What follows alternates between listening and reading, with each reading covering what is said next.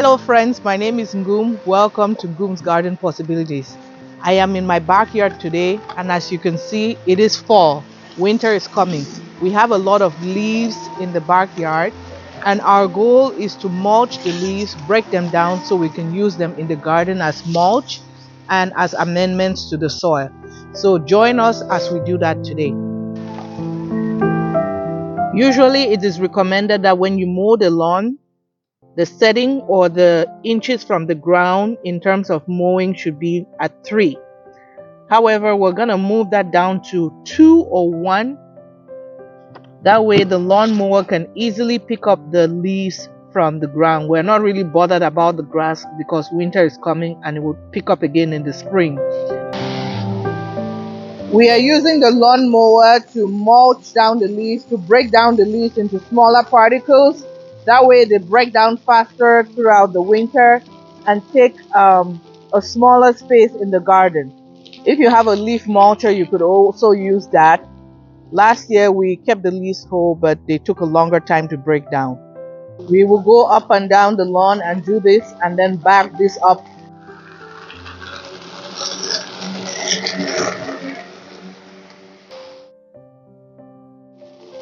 The lawnmower is picking up the leaves and also mulching them at the same time. So this just saves us time. It's best to do this when the leaves are dry. These are what the leaves look like after they've been broken down by the lawnmower, mulched down into smaller pieces. These are what the regular leaf sizes are like compared to what has been mulched down by the lawnmower. The sizes are much smaller and will break down faster throughout the winter.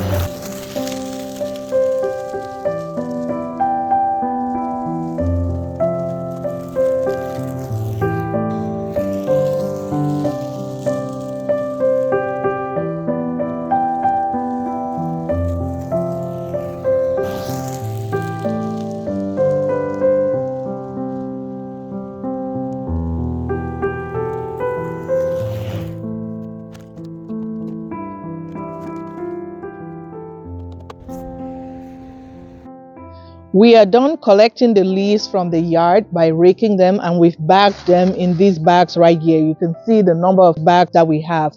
This is soil in the making. The plan now is to take these leaves and put them in the backyard garden and also in our community garden, and they will break down throughout the winter.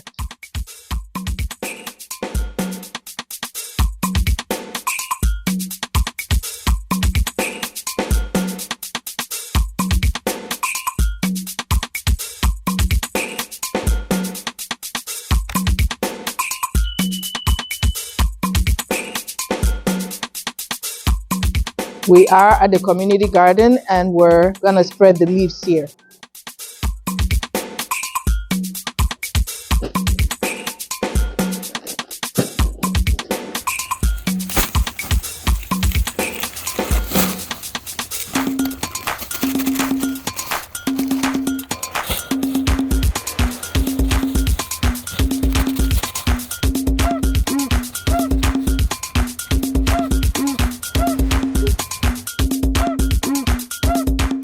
This batch had already started decomposing, so over the winter with the snow it's going to slowly decompose, and then come spring the worms will take over and continue breaking this down.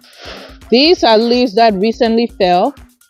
Notice the color difference. They are still quite brown and haven't really started decaying yet, versus these leaves that had been raked off the ground about 2 weeks earlier. You can notice how brown and dark they are starting to become compared to this one. So think about how darker that would get over the winter and into the spring. The worms would take over, like I said earlier, and break that down.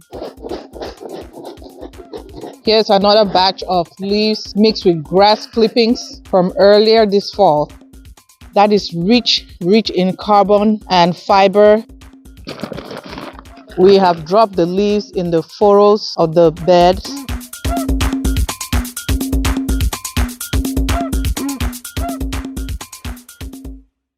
I am on my garden in the backyard and I still have some herbs here that I can harvest. This is the last harvest in the backyard. How exciting. Let's clean this up in terms of harvesting and then get the beds ready for the winter. Some Swiss chard. Can you imagine this is still going this far in the year? We are in November right now and I can still harvest some greens for salad. I also have some kale.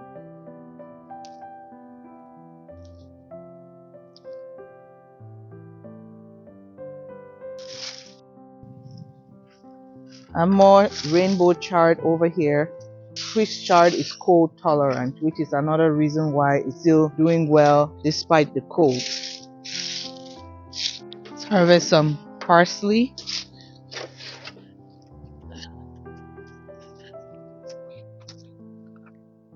I just harvested some celery root.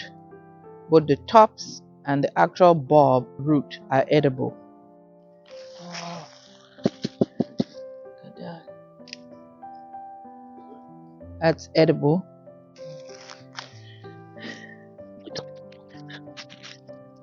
This is celery. So far, I've harvested celery, sage, thyme, rosemary, celery root, and the tops. And our final harvest here, some golden beet and some leeks. I'm just picking out the baby leaves of the golden beets here. And here we go.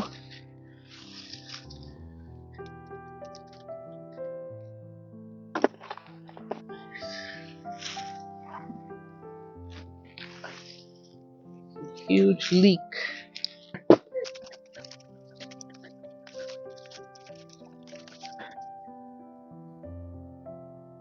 These are leeks. More beets. These are golden beets. Wow.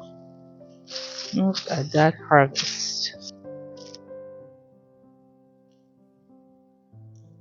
This is my final haul from the garden this season from my backyard. I have some celery root, some sage, some celery. I also have some thyme in there. And then over here I have some golden beet and then a mixture of greens, celery tops, young beetroot tops, and rainbow chard. And then over here I have leeks. So I am grateful for the bounty of the season this year, and we will be closing the garden season shortly. Let's get our beds prepped and ready for. I am in my backyard today, and as you can see, it's a beautiful fall day. We would like to share with you some of the things we're doing to get our garden ready for the winter. That way we're ready to plant come spring with very rich, healthy soil.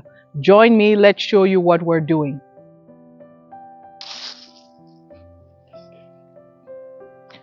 We're done with our harvesting, but this is what the garden beds look like.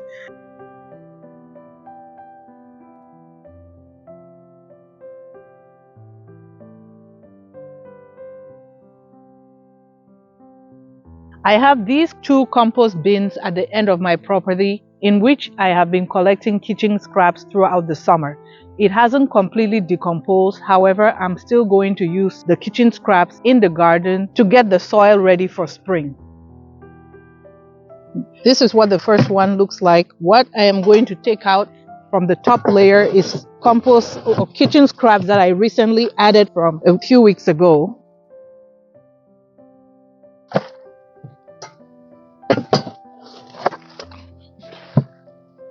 As you can see, it hasn't decomposed at all, but I will use it in my garden. This is the perfect time to add compost like this to your garden. because over the winter it's going to break down into the soil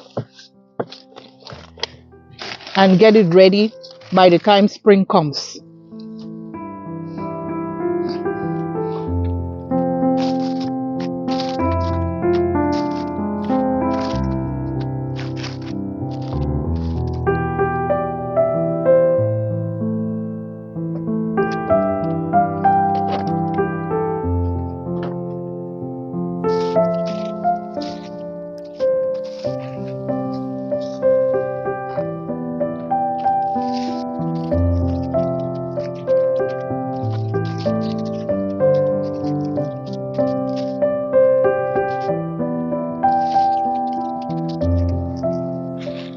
You can see how compact this soil here is. So good soil takes years to build up. So each year we'll keep adding and improve to the soil quality.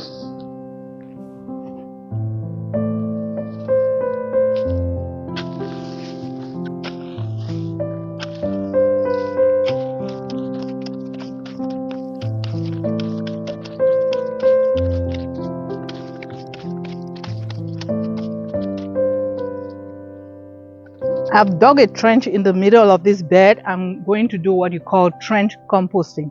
I will put my kitchen scraps in here and they will decompose throughout the winter.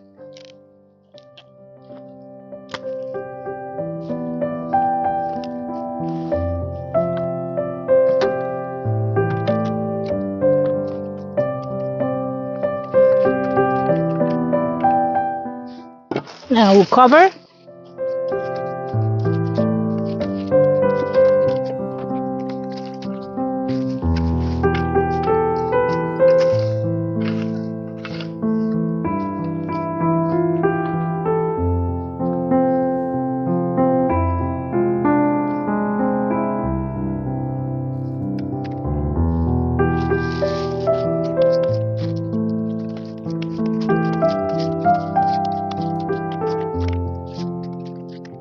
We dug up another trench. So this consists of scraps of veggies from the kitchen, grass clippings. If your grass is not treated with chemicals, you can use it, and even some brown paper bags.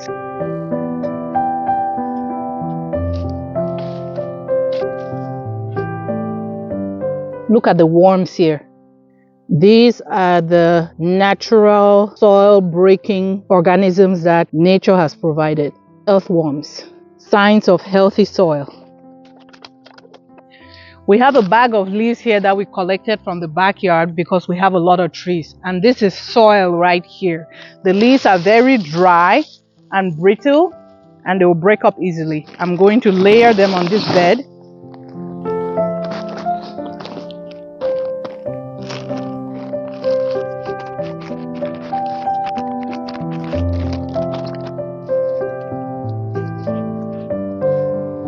And the idea behind this is that it will break down throughout the winter.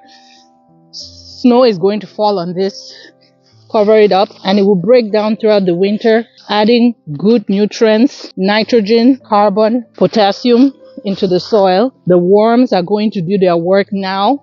They might be dormant during the winter, but come spring, they will continue breaking this down, adding to the nutrients and increasing the looseness or the porosity of the soil.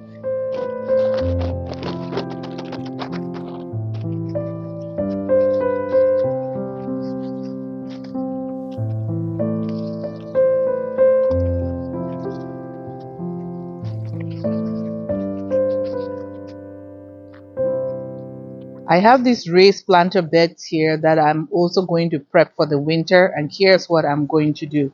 I'm going to uproot all of what's in there. I've harvested the kale already.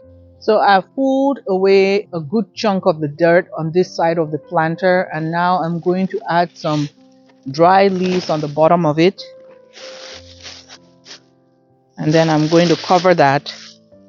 And this is going to decompose over the winter and add more volume to the soil. It adds carbon, nitrogen, and all the good stuff, and also aerates the soil. If I had some kitchen scraps, I will also put that in there so that it decomposes over the winter. And that's how you enrich your soil. That's how I enrich the soil in my planters without having to buy new soil or dump it out every time. I'm going to do the same thing on this other side. Basically, the concept here is the same concept you use to fill your planters. Putting grass clipping, leaves, branches on the bottom, and then you can put not so good soil, the next layer, and then your rich compost and loose soil is what will be at the top. If you think about it, your containers have a limited amount of nutrients. Whatever you put in there is what the plants have available to use. So at the end of the season, it's very depleted.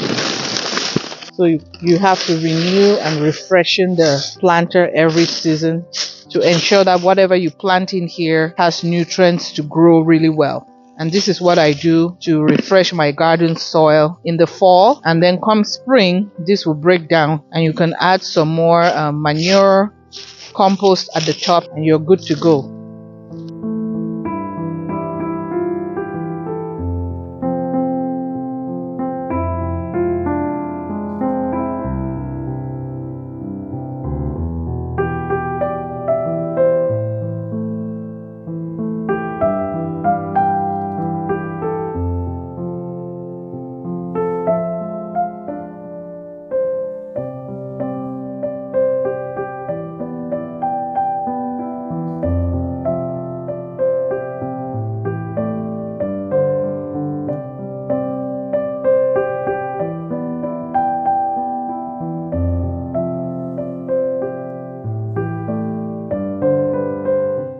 I hope this video was beneficial to you, whether you have a small space to garden with or a huge garden lot like I do.